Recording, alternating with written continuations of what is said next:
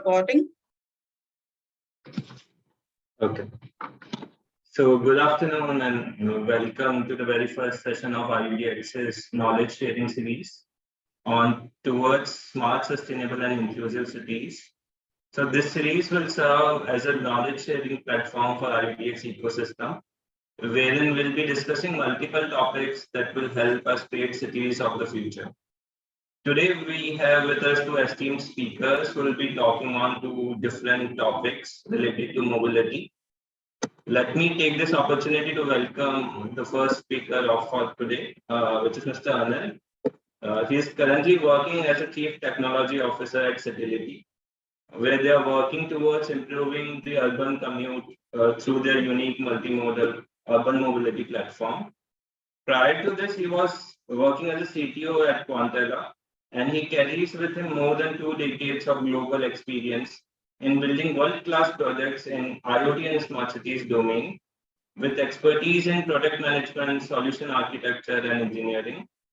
He's an alumnus of BITS Pilani and has been a part of startups in Bay Area, which went through successful acquisitions. So he'll be speaking today about sustainable and smart mobility as a service. Mobility as a service, or MaaS as it is popularly called, basically refers to an emerging smart mobility service that provides access to integrated journey options across different transport modes in a city and also facilitates ticket bookings and payments. So such a service can be easily accessed through an app anytime, anywhere, and it helps commuter plan and carry out their journey in the smoothest way possible.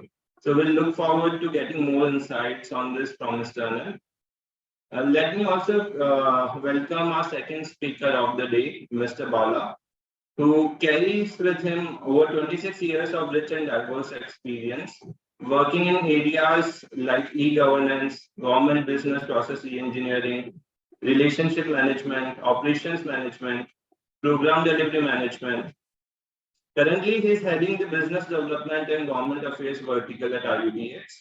In his previous roles, he has served as a project director for Disha Dashboard of Government of India under Ministry of Rural Development, and has also worked as general manager IT for the states of Andhra Pradesh and Telangana. Bala has been an entrepreneur in his early life. He started with business consulting in IT and went on to build a product company which makes multimedia education games for kids. And he'll be speaking about the future of mobility and how IUDX is aiding to it. Urban mobility is a very critical component in every city, and finding ways to improve it by reducing congestion, pollution, and accidents is a common challenge. And I feel a major component in addressing this challenge is that of availability, management, and eventually sharing of good quality transit data. So we'll look forward to hearing from Bala on this. And so after each of the talk, we'll have a Q&A round at the end of the talk. However, in case of any questions in between, you may raise that through the chat window or by raising your hand. And I'd now like to hand it over to Mr. Aneel for his talk. Thank you, Akshat. Akshat, do you want to share the presentation or you want me to do that?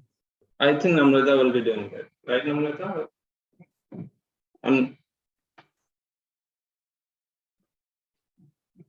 Anil, probably you can share it so that's easy for you to navigate. Okay, great. That's all right.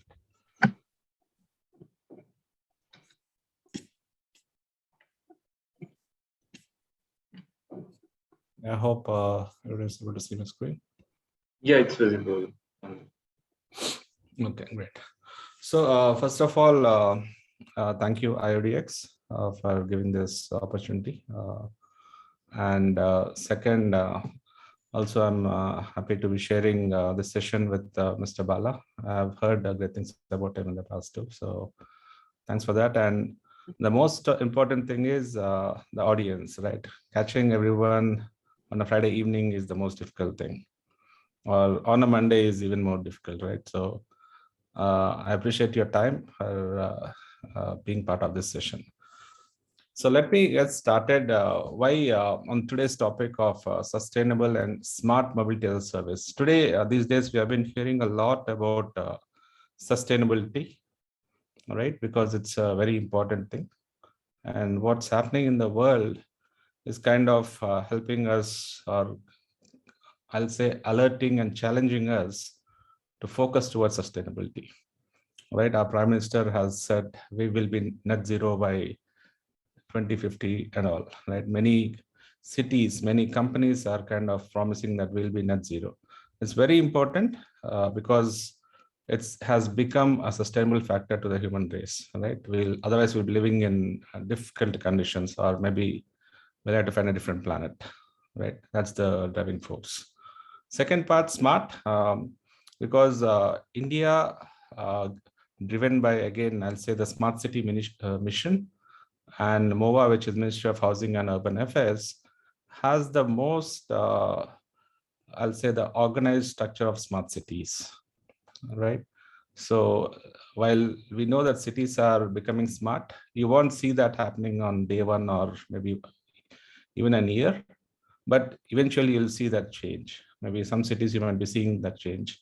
And I know I'm saying this because I've been part of almost 20 plus cities in my previous organization where we have seen subtle changes that spread across from time to time. For example, in one of the city was making revenue based on how many traffic violations they're able to monitor. One city was able to speed up the time on reaches from A to B on Monday mornings, right? Same, I know many might be struggling to, in cities like Bangalore or Mumbai, they want to be struggling to go home as soon as possible or stay late and go home, right? All these complexities are there. And that is where we enter into mobility as a service. Citility has developed a product for mobility as a service. We'll go to next set of slides. So that's why I said the topic for today is smart and sustainable mass, which is because we have to leverage the smartness that is being available in the cities today and also make it sustainable. So I'll say like sustainability is something, just like we have a saying that charity begins at home. I'll take some point from that and say sustainability has to begin at home. If it doesn't, it's difficult for anyone, be it the government, be it the policymakers. It's difficult for them to get things going in that aspect. So we all know MaaS or mobility as a service has been emerging and it's complex.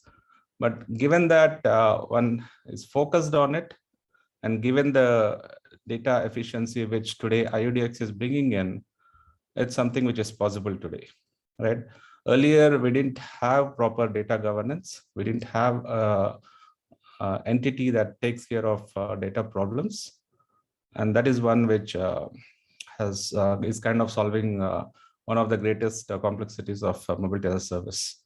So as part of my previous organization, Quantella, we at the ministry, there is an India Urban Observatory. The key purpose of India Urban Observatory, the backbone is going to be IUDX, right? Which gathers data from multiple cities. And then observatory will help both the governance and the city governance to ensure the learnings that are happening in one city to be replicated to a different city, right? So that's the core part of IUO and IUDX being in one sync. And another statement probably I'd like to make when we were discussing IUO, just like today we make digital payments, just like anything, anyone can make a digital payment today with UPI. Just like UPI is today the heart of many payments in India, IUDX we perceive as it's going to be for the data in a similar way, right? Second part, smart, leveraging smart assets in a city. Today, in most of the cities, there is cameras, you see lots of video analytics, you see lots of innovation happening, and definitely we have to leverage that. We have lots of citizen applications that are coming up. All your utilities are paid online. You can go anywhere to anywhere online. Everything can be sitting at home.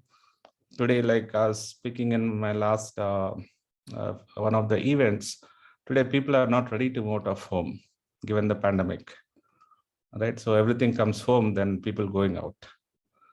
But again, one has to kind of, not everything can be done at home. People need to be healthy also, right? So to work out. So third part, sustainable. Everyone today is looking at driving ESG goals. And as Citility, we have focused on three aspects. One is greener, safer, and faster. And with this, how we are contributing to net zero goals. Greener, ensuring that your travel is completely using eco-friendly modes of transport. Safer, leveraging the smartness in a city. Maybe it's a traffic jam that has happened, or some accident has happened, or this area is not safe. So keeping that in mind, we have developed a solution. So what are the key challenges for this, right? One is, yes, the data is there. Data, we also have leveraged the data that IUDX has provided. And it's very, not the data which you collect, you have to ensure there is quality, and someone has to sanitize this, ensure that it is in a proper schema, right, which can be used, a proper API which can be leveraged. And there are multiple players who give you data, such data. So getting them into one standard format is complex. So the demand modeling, which is like, how do you model when there are so many different data points for us? It's complex. So earlier, when you looked at, let's say maybe 20 or 25 years back, most of them were going from home to work to home. Maybe it could be our parents, it could be our little bit, if I go further back, grandparents. So their patterns were standard, right? So you didn't have to really do modeling, but you just had to gather data and say that, okay, from here, this is a colony. So many people travel from here to here, so I need to have a bus stop here. So it was a simple algorithm, if I could say that, to kind of model for the transport at that time. Later on, if you see, people had different modes of transport, different activities, different purposes. People want to use public transport and non-public transport also. And the modeling was also activity-based modeling, I'll say. And people succeeded in that because it tells you how many people living so-and-so place, how many people will go to a mall, how many people will go to their work, to games, to different places, to tourist places and all, right? So that modeling was with I'll say with certainty, not considering any other parameters that will come and obstruct it, right? For example, no one expected pandemic, no one expected the COVID, right? No one expects something to shatter the system in between, right? No one expects different patterns of people, right? So the demand modeling is something which is complex as the number of data points increase. And we have to look at multiple factors, people, personas, the needs, and different uncertainties. It could be rain that could create a differentiator in demand modeling.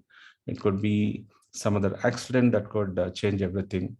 And it could be as simple as someone digs the road. And even if a mass has planned something, you don't know the ETA is gone, right?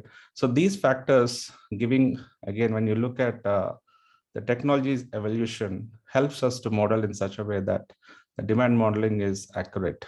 I'll say it is not 100%, not even maybe 75%, but accurate in better terms, so that a person from A to B can travel with proper convenience, right? So one of the studies says that why people don't use public transport, right? What are the key reasons, right? One of the studies says that one is because of accessibility, all right? Second is convenience, and the major of both of this is the last mile or the first mile coverage, right? If I have to go and take a metro, I don't have connectivity from my home till metro station. Let's say I take my bike, I take my car, I don't have a place to park, right? So these are some basic necessities and complexities which we all know. And if that is covered, maybe then footfall will increase, right? So that is one aspect which one has to consider, we have considered in demand modeling. Same is the case of supply modeling. Now we have lots of people want to use the system, but do we have that fleet supply? So one of the major point where people do not want to use public transport less is because of the frequency of transport available, right? So the supply has to meet the needs of the demand, right? And that is where we see lots of, for example, we have cabs, we have, for example, in Bangalore, Metro is doing everything in its capability to ensure that this last mile and first mile connectivity is taken care of, right? Similarly, the supply modeling, we are seeing lots of EV vehicles coming in, right? So if you are in Bangalore, you see Yulu everywhere.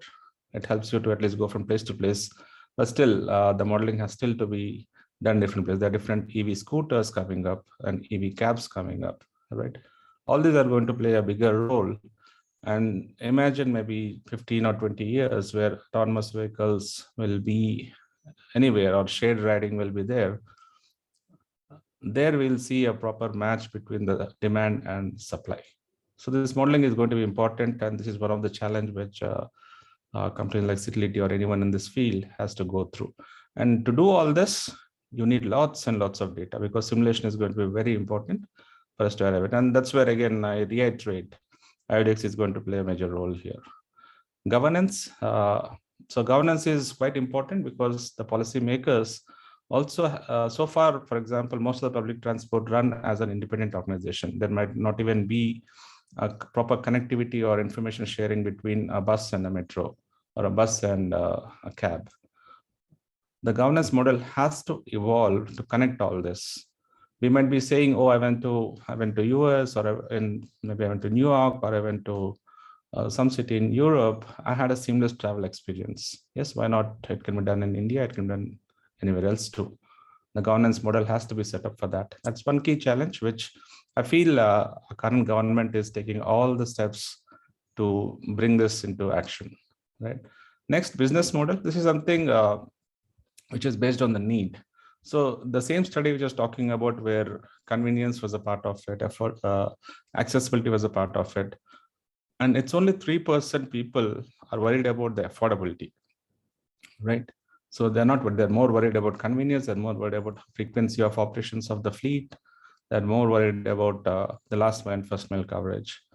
So the business models also should be in such a way, or creating in such a way that, one, they're able to afford it properly, which includes their convenience. We can also bring in other players in the ecosystem, where sometimes what happens is you might say public transport based on a business model may have to reduce the price, but the footfall they get will be more, maybe 5 times more than what they're getting today, because of this convenience that has been created.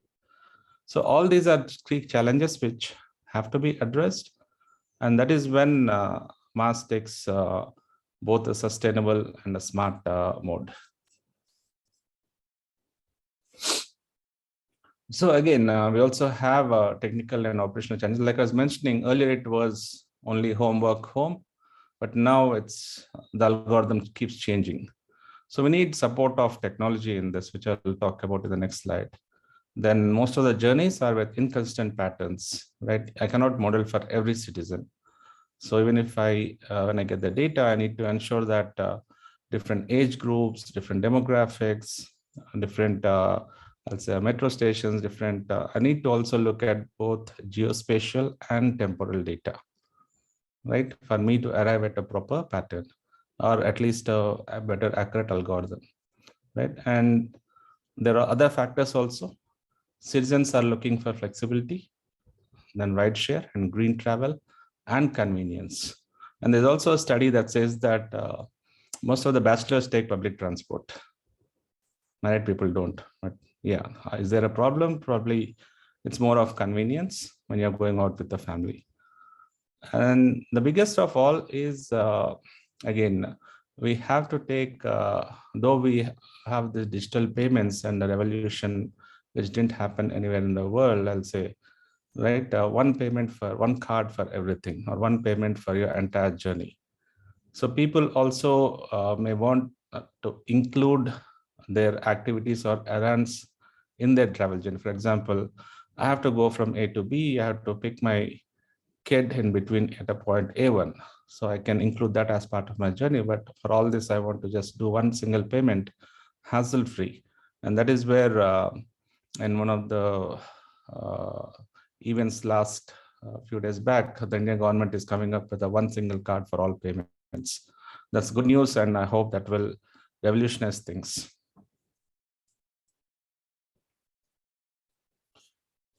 So key drivers, IoT has been one of the key driver everywhere, starting from a safety perspective, from a transport perspective, from controlling your lighting systems to parking systems. So it helps, it's kind of the five senses of a city. IoT has brought in that it's your eyes, it's your smell, it tells you if your environment is bad, it's your taste that tells tourists come in. So everything IoT is changing every city, right? Those we still have our traffic problems and all, but eventually, yes, as we go towards more digitization efforts, more. I'm based out of Hyderabad, for example. Today, I know from anywhere to anywhere, I can be there in 30 minutes in Hyderabad because of planning. I was just thinking, if at all a city had to restart its planning, right? Maybe there are different ways. For example, someone said, why don't we use the spider network model? But yes, there are complexities with that, but from one junction to another junction, you can reach faster while you're still spread across in the city. So yes, the planning has to be there, but since the cities are already there, we have to leverage what is already there. Electric vehicles, yes, we are seeing revolutionary change. We are hearing a lot of EV vehicles. Government is promoting EVs. Delhi is at the forefront saying EVs because Delhi has seen if we are not being sustainable today, it will be very difficult for us. Right? There are so many measures that the Delhi government has taken. So electric, but like I said, the uncertainty factor is still there. Electric vehicles, there might be a delay because of the ongoing Ukraine war, right? And one of the reason is most of the electric batteries use nickel. And nickel is something that is produced there, and the cost has increased. So the cost per battery has increased, and they might want to wait till that goes down. So there are other factors that influence it. Same as autonomous vehicles, people have got it onto the market. They tried it, still it is new. And in India, it's going to be even more complex, given that the infra and the patterns are a little bit different, but yes, it's achievable. Shared mobility, this already exists, and this is something which will help in future also when, for example, even autonomous vehicles come in.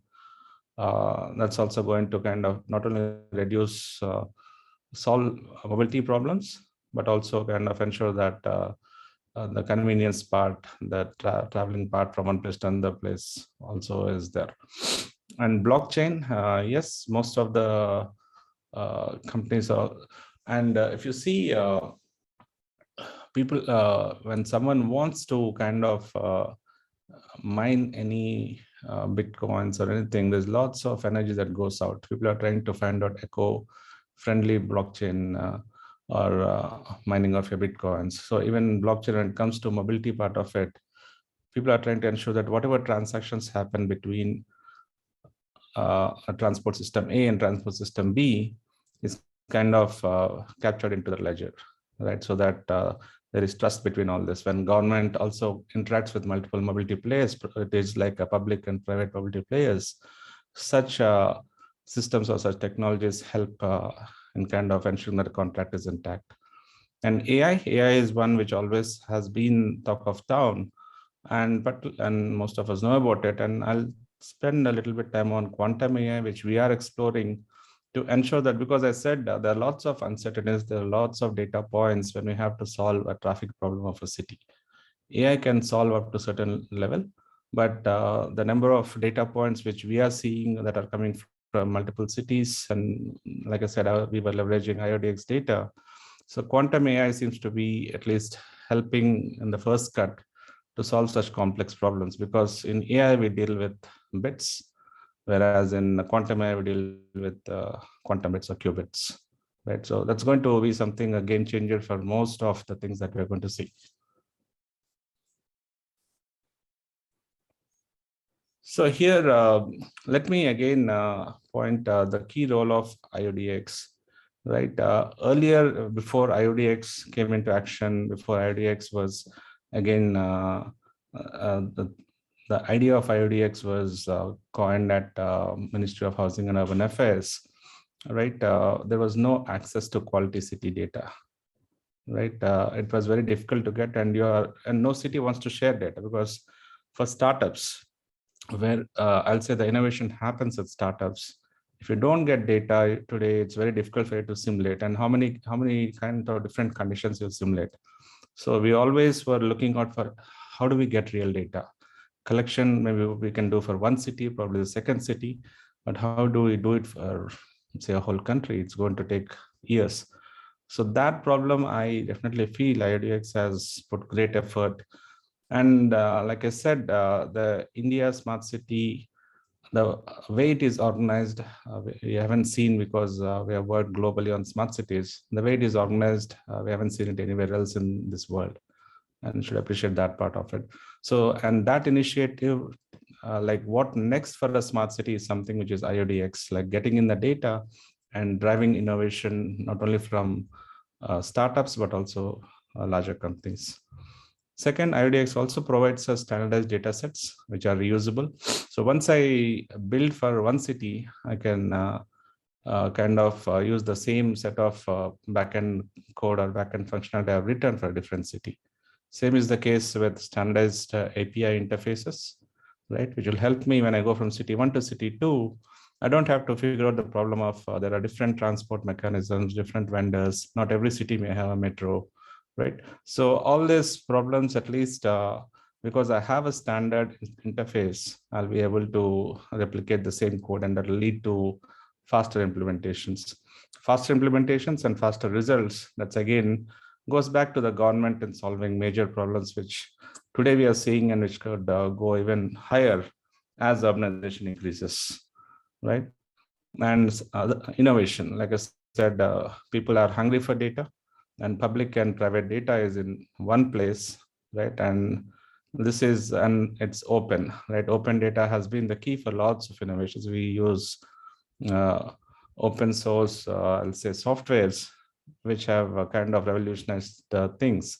Similarly, the openness which IUDX is bringing in is very important in this ecosystem when people want to bring in innovation, and that has helped us launch both in Bangalore, in Surat, and we're planning in Kolkata, and many other cities.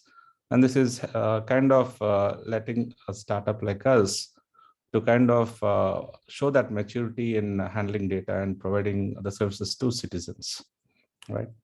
And the last part today, if you have checked at the IUDX catalog, there are 85 data sets, 487 different resources providing these data sets, and in 7 domains and 17 cities. Maybe Bala can also help us more with the actuals on what is going to come.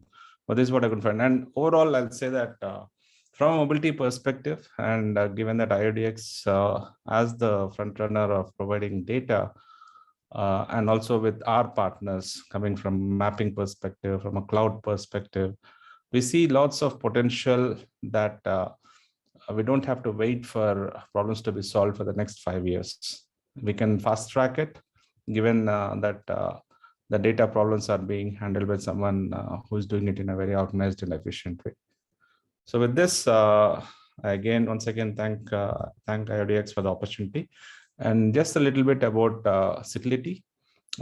We have a unified mass solution connecting different modes of transport, covering the first, mid, and last mile transport problems, right? A small example at the bottom, if you see, today we are talking about smart homes, and there are some funny ads too when someone has a very smart home, and this guy goes to a dentist and his Siri or is not able to recognize his voice. So there are problems too, but otherwise, yeah, when someone is able to book his journey from home, he's able to take travel green using a e-bike or a e-scooter. And then using the data we get from IUDX, and also the data we get from, for example, I'm showing here Bangalore Metro and Bangalore MRTC, right? He travels green and safe, because we are also integrating with the smartness of a city, e-bikes, EV scooters, public transport, and also alerts in case of any city safety issues in neighborhood, we can alert in real time. Then he travels, he's going to a restaurant here. Now, what as part of the platform we do is also encourage people. Like I said, sustainability starts at home. We are encouraging people to take this ride and also rewarding them for that. Imagine like you have taken a ride and someone plants, kind of plants a tree on your behalf because you have saved so much of carbon emissions by taking this ride. Right, that's one of the initiative we are taking. Such lot more initiatives through our platform. We are trying to encourage people to travel green, contributing to overall net zero goals. So yeah, thanks for this opportunity, and I'll stop here and wait for any Q&A.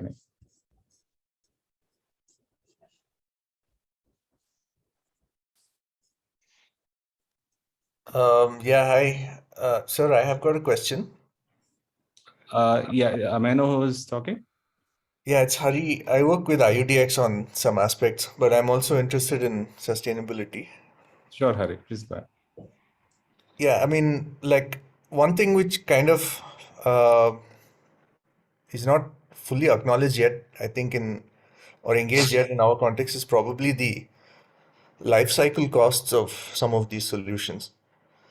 And I mean, since you're in the field, you'll obviously know that the actual sustainability of something or or the circularity of something has to be on a life cycle basis, right? Based on data. So the obvious question is like, what are the life cycle costs and criticalities in supply chains and so on and so forth? Like you yourself mentioned for the motors and the for the batteries or but I'm just wondering if like you could say something about the databases for life cycle assessments so that we can be more than superficially sort of sustainable. Yeah, usually like there are also cases where people have said you are moving towards electric, right? But when you look at circular economy, or when you're looking at creating environment where everything becomes, like you said, the life cycle part of it, what happens to these batteries when they die?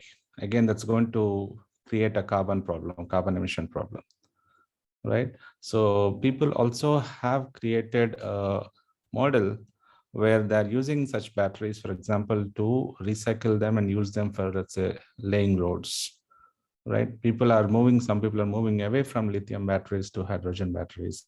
So yes, there are problems which still have to be figured out, because we cannot become, again, one more, by solving one problem, we cannot create another problem, right? So when governments are, like I said, the governance part of it is important. When government is approving any EV vehicle, they also have to ensure the disposal of items that are already used happens in a proper way. That's very important, right? So would you say that, like looking ahead, if we figure out like how to build a platform for doing this, there would be some data sharing on, vehicles on road or batteries on road and Absolutely. So if you life see, cycles of those and second lifetimes of those and, like reverse logistics of those on a yes, city. yes, absolutely. Now, if you look at even Bangalore Metro, every metro station is going to have a EV station, right? A EV charging station, right? And also your regular charging stations. And everyone has, as per the government rules, they also have to dispose them properly. For example, if you see your vehicle tires have a standard or a normal way to dispose, but though the enforcement is sometimes a problem.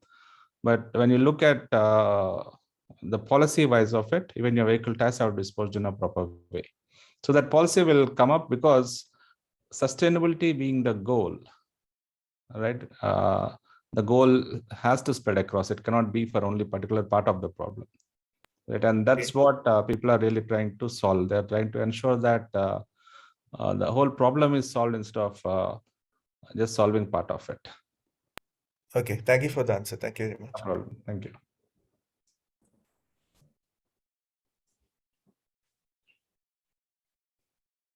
Yeah, probably I can take along with Mr. Bala later. Mr. Bala, you can go ahead. Yeah, good afternoon, everybody, and thanks for this wonderful Friday afternoon. I see now a few of our new cities that are coming on board. Nashik and Thoothukudi CEOs also joining us today. Thank you so much, Nashik and Thoothukudi, for giving your time today to understand what we do at IUDX and how it is going to be relevant to your city. And as Anil has put very clearly, the goals that we going to look at is we would call it the future of mobility, because see, as we growing, as a country, as the entire world is growing, and equally the transportation is also increasing. Then So,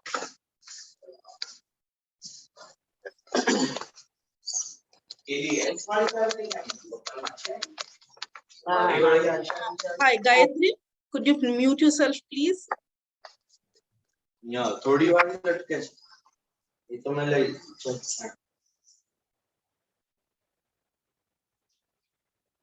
thanks for that, Namrata. Yeah. So as we move towards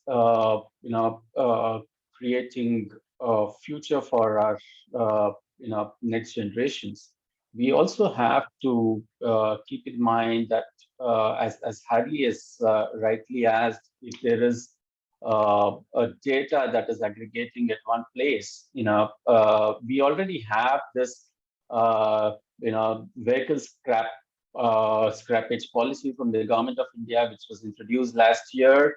And any vehicle that is 15 years old and not fit to ride has to be scrapped. So the same, the Ministry of Road Transport is of the view that they'll very soon extend this and have an app for the electric vehicles, because as Anil rightly put, we're seeing the numbers of electric vehicles going up day in Delhi, where I live in, and the scrappage of the e-parts is going to be a big pain. So the government is definitely working on it, I can say that. Yeah, and I can share my small presentation, but then we'll talk about how IUDX as an organization is trying to support cities in overcoming the challenges that are being posed today by the rapid urbanization that we're calling today, right? So if you actually look at the global situation,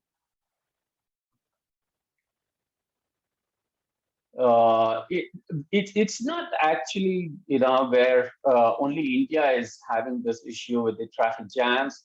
Globally, citizens are today suffering because the number of private vehicles on the roads are increasing, right?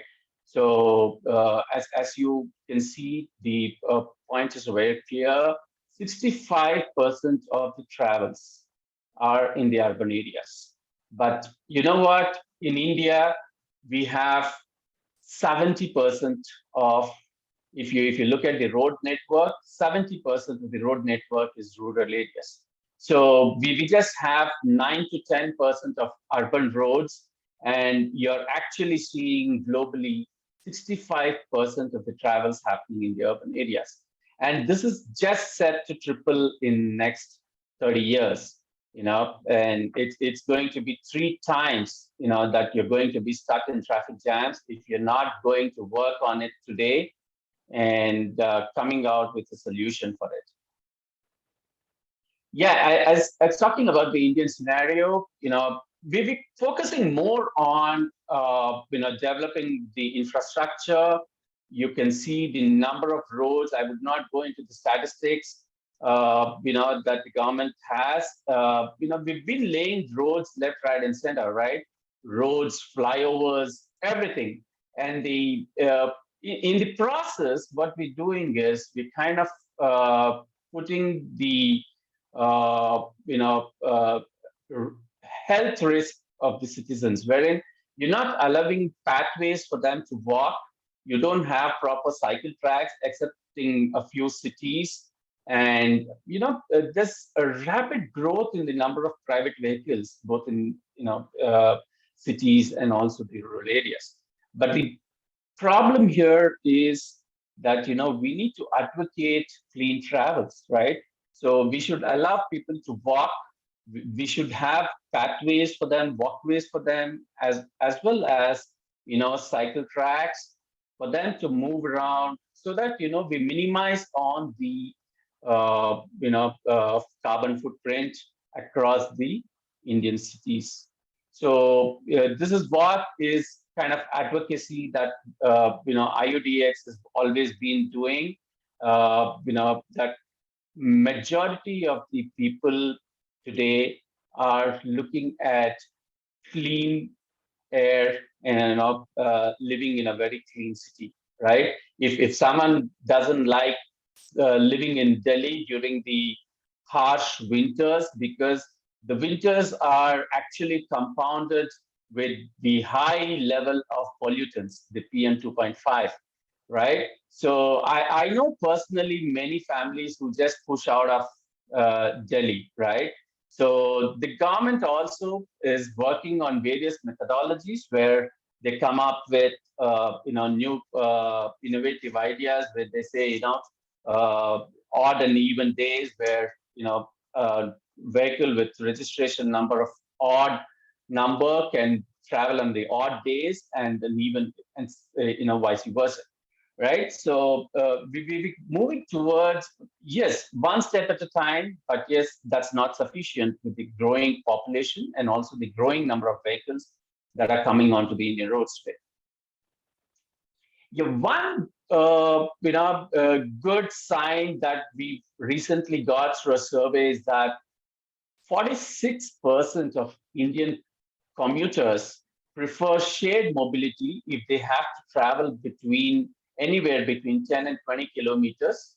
46% of Indians today prefer the shared mobility, be it Ola, Uber, Buzz, whatever, right? So they preferring the shared mobility so that they actually, spend less, point number one, and then reach the destination in a quicker, easier way by spending less money.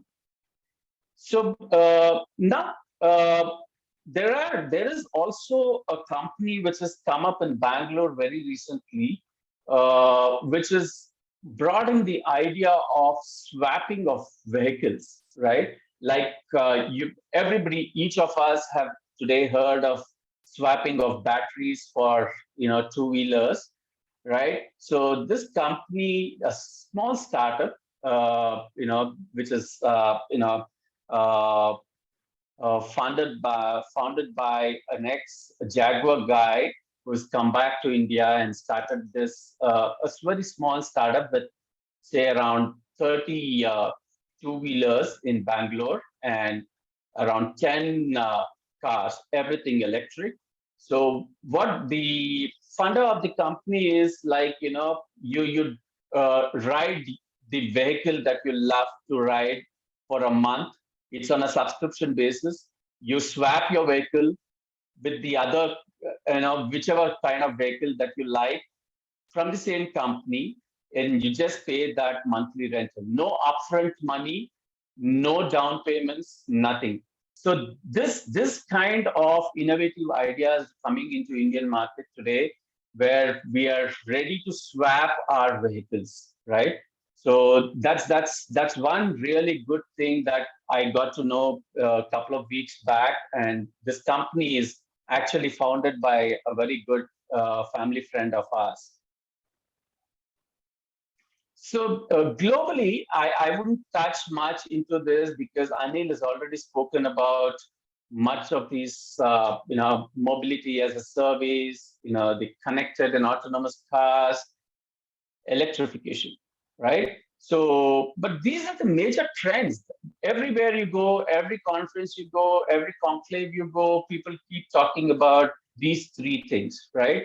But in addition, what we do at IUDX is propose multimodal, transport, wherein, if you want to travel from point A to point B as a citizen, I would actually be interested in knowing, what kind of commute is easier, cheaper, and then, in terms of the time taken is going to be less on my part, right? So IUDX has been working with multiple cities on putting in the multimodal application built upon a variety of data sets that we are getting from the cities.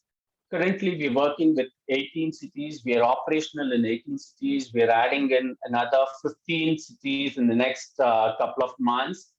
So a very small example of what we're doing, in cities like Surat, Bangalore and Bhopal and elsewhere is that, we integrating data sets from multiple different types of transport services available in the city, be it e-bikes or the metros or the auto rakes or the Olas and Ubers, and then building applications on top of it through our partners like Citility and others, wherein the citizen gets an application, a mobile app, wherein he or she can look at the easiest way that they can travel from point A to point B.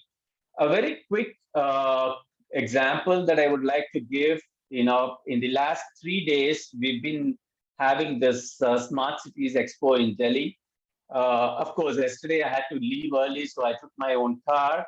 But the first day, I took metro from my home to a point B, and from the point B to point C, where I had not any major public transport facility. I used the Yulu bike that was available at the metro docking station. So yes, as a citizen who knows what is available in my city, it's easier for me to commute. But if citizens are given an application, to showcase what kind of modes of transport is available and which is shorter and cheaper for them, they would definitely go for it, right? So, in addition to this kind of, application, we've been working with cities to create, a lot of other applications on the mobility, be it, giving out the bus occupancy and the expected time of arrival of the public buses. And this is successfully running in multiple cities across India, built upon IUDX platform. And I wish,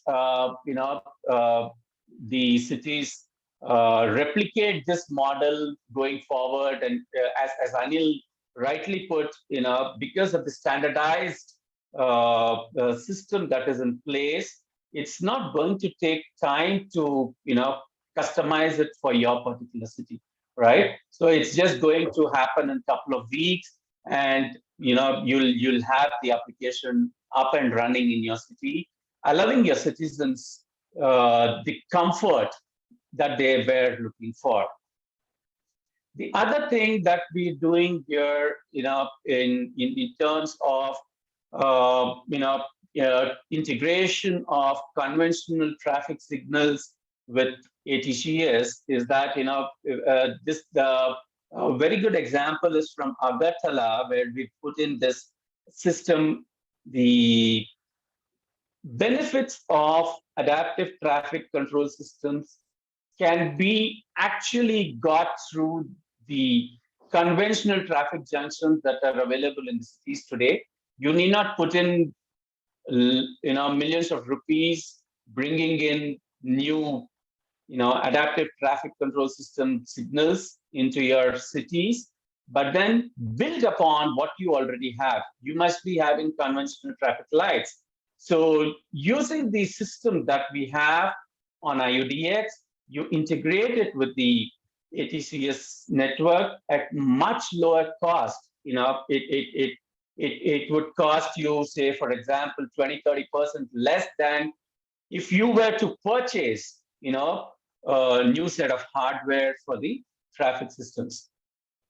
The other very important part that as a citizen everyone faces today is, I want to go to a marketplace this weekend. So I wish to take my car, and because I probably want to take my family out. So I want to know if the parking space is available for my car there, right? So integrating the parking, smart parking places, bringing in the data sets from those points, and then building an application, citizen application for people to know if I'm heading to a market A, I just check if there's parking available there, and then if it is not available, I go to a nearby market B where parking is available.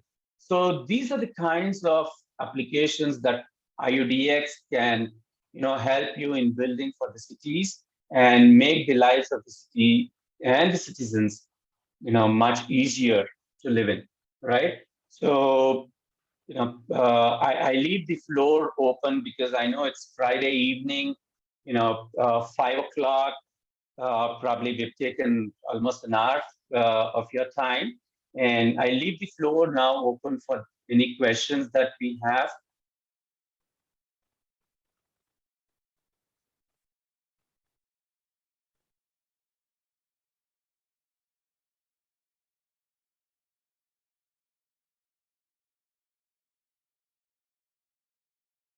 Hi, I have another question, sir. Go ahead, Hari. Thank you. I think this is great. I mean, I was just wondering, like, the transport problem or the mobility problem in cities might be described as something about demand and supply, right? So you have like supply of some resources and you have demand for those. I understand that the utility or the supply side is being tracked through sensors on buses, metro, and so on and so forth. I'm just wondering if some data on the demand side, like when do people want to move from where to where for what kinds of tasks, might be collected, and put in the public domain, because if you can combine those data sets on demand and supply, it might help to actually match them. I'm sure Citility is already doing this algorithmically, but I'm just curious as to how do you collect, demand side data? Yeah. Yeah, please go ahead, Anil. Yeah, I can take it. So if I mentioned earlier that multiple factors we are considering when we are creating this demand modeling, right? One is the temporal, one is the geospatial, third is people activity based, right? And also I'll say the uncertainty factor that comes in, environmental factors, traffic factors, right? And also for every person who's traveling, we have segmented into different personas, right? So like I said, that's why we are looking towards quantum computing or quantum AI to solve some of the demand side problems, is because of this, because everyone's pattern is different. Everyone has different patterns. For example, we're using multiple technically, right? We use agent-based model for to get certain data or create a certain model, right? So all these factors, modeling of the demand side is a bit complex, but not that thing which we cannot solve also. For example, if you say different personas when we look at, right? One is a daily traveler. He travels from A to B, he goes to office, right? And second, convenience part of it. If you're looking at someone who may not be using a smartphone or who is not so convenient with the smartphone, if they're able to make a booking using voice activated system, or maybe they call an agent and they book it. So some factors we still have to keep in mind based on the people demographic data. And now where do we get these different data sets?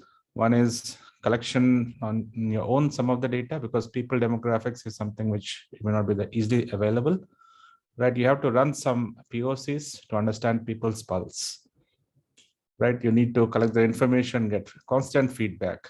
So when someone wants to innovate, you need lots of data, one which tells you that, okay, I'm building a very innovative solution. But once you build it, are you sure that someone is going to use it? For that, you have to do to know the ground truth. You have to test it, run lots of POCs, which is already happening in cities. And that's where you improve, you get more of your data, you try to create your models appropriately. You look at all sectors of people, different age groups, because elderly person may not be able to really do end-to-end. How do you kind of, in an application, since you're bringing everything into one single application, how do you make it convenient? Because he might be traveling, taking only 2 or 3 routes. How do you, let's say there are these favorite routes for him, he doesn't have to go and look at the whole application.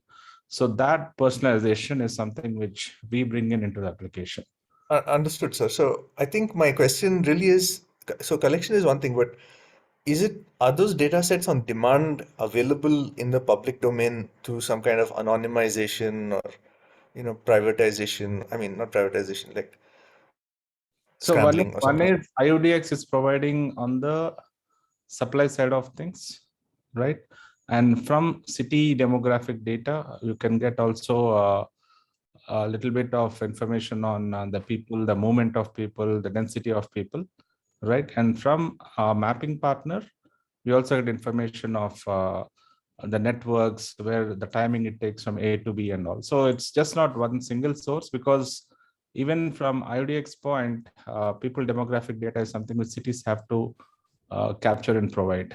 For example, if a city is capturing the video streams and trying to get hold of people, the density of people in this area, if they're able to just send the metadata, then IUDX has all capabilities to tell us different data sets of a city where people are more dense, and on Friday evening, you see more people in this road. So all these factors can easily be gotten. Understood, sir. So you're saying it'd be useful to have demand side data in the public domain with Absolutely, suitable and should be anonymized, like you said. privacy guarantees. Okay, yeah. Thank you, sir. Thank you.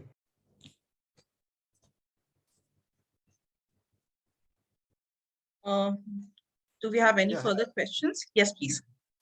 Yeah, I have a question actually. This is Inder Gopal. So this is for Anil. I'm sort of wondering, in IUDX, we have seen a lot of POCs, right? We've seen a lot of opportunity to do, small scale deployments and kind of show, not just on the mobility side, but also in some of the other sectors, domains that we're working in, solid waste, flood management. We can do a lot of POCs, but we've really had a challenge in going from POC to larger scale production, right? And I think the challenges are not technical challenges necessarily. They're kind of business challenges, organizational, the way the municipal government works, especially in India. I don't know, have you seen similar things? Can you talk to your experience in going from POC to production, and maybe what challenges have you seen?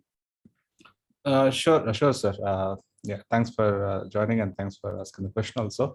So thank you for participating in this. We really appreciate your participation, and also your partnership. I think it's been very helpful to us and very valuable. So thank you.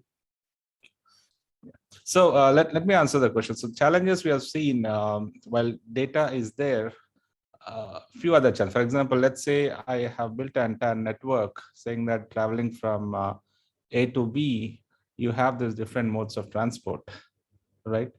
And let's say I reach my destination. Before point B, I have to take a last mile connectivity to reach my home, for example, right? From office, I'm going home. And I have booked a e-scooter or an e-bike. And let's assume sometimes I don't have data coming in from the e-bike provider. And as soon as I go there, I don't see a bike, or I might see a bike which is not charged, right? or I might see that someone has dug up somewhere that bike station is not accessible or whatnot, right? So there are challenges which, at least from a POC, everything is in a controlled environment, right? That's why POCs are successful. Like I said when I was answering Hari, we have to test, we have to get to people, we have to make them use it more than a POC, right? Only then we will come to the actual problem of solving it. So a POC, because I know the place A, I know place B, I know the data sets, I know everything. And technically also we need to solve when I'm thrown into when my application is thrown into an area where I haven't done anything, which is the real implementation, it has to work, right? Which means it has to consider all the other infra factors, which usually is a problem sometimes given India conditions, because the enforcement policy is something which doesn't work out that way, right? For example, we have in our algorithm, there are factors like if someone had to take a metro station, we are ensuring that the time he takes to cross the traffic also is considered. For example, it's not easy for someone to cross a road just like that in India, right? And also we ensure that he gets in the side of the road where it is easy for him to take a walkway bridge, right? So there are some factors which you have to consider given Indian conditions and people also following rules. I cannot tell you just cross the road because that's also not good from a safety perspective, because we also have to look at the underlying infrastructure that is around that different public transport location. And that data, I think, will be helpful if when moving from a POC to the reality, all these factors come in, where we won't see this in a POC scenario. So there are smart bus stations, for example, or metros being smart. We can have some pathways created specifically for access to metro. Right. We are seeing, for example, people running buggies from location A, which are being called the multimodal transport hubs. Right. From there to that metro station, people are running those just to ensure that the time part is taken care of and the convenience part is taken care of. So these factors, when you move from a POC to a real implementation, usually we don't, people may not consider that, and that might be a surprise to them. Thank you. Thanks.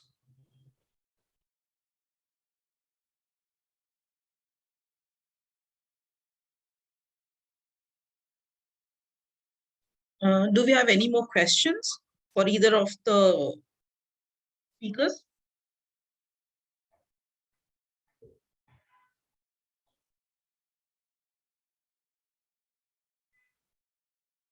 I guess not. So shall we wrap this up?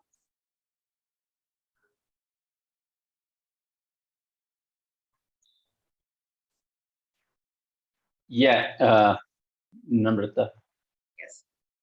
Thank you so much, Aneel and Bala, for this insightful session. And thank you everyone for joining us today. Hope you all found this session helpful. Thank you once again. Thank you so much. Thank you, everyone, Thank and you. have a great weekend. Thank you. Thank you. Thank you, everyone.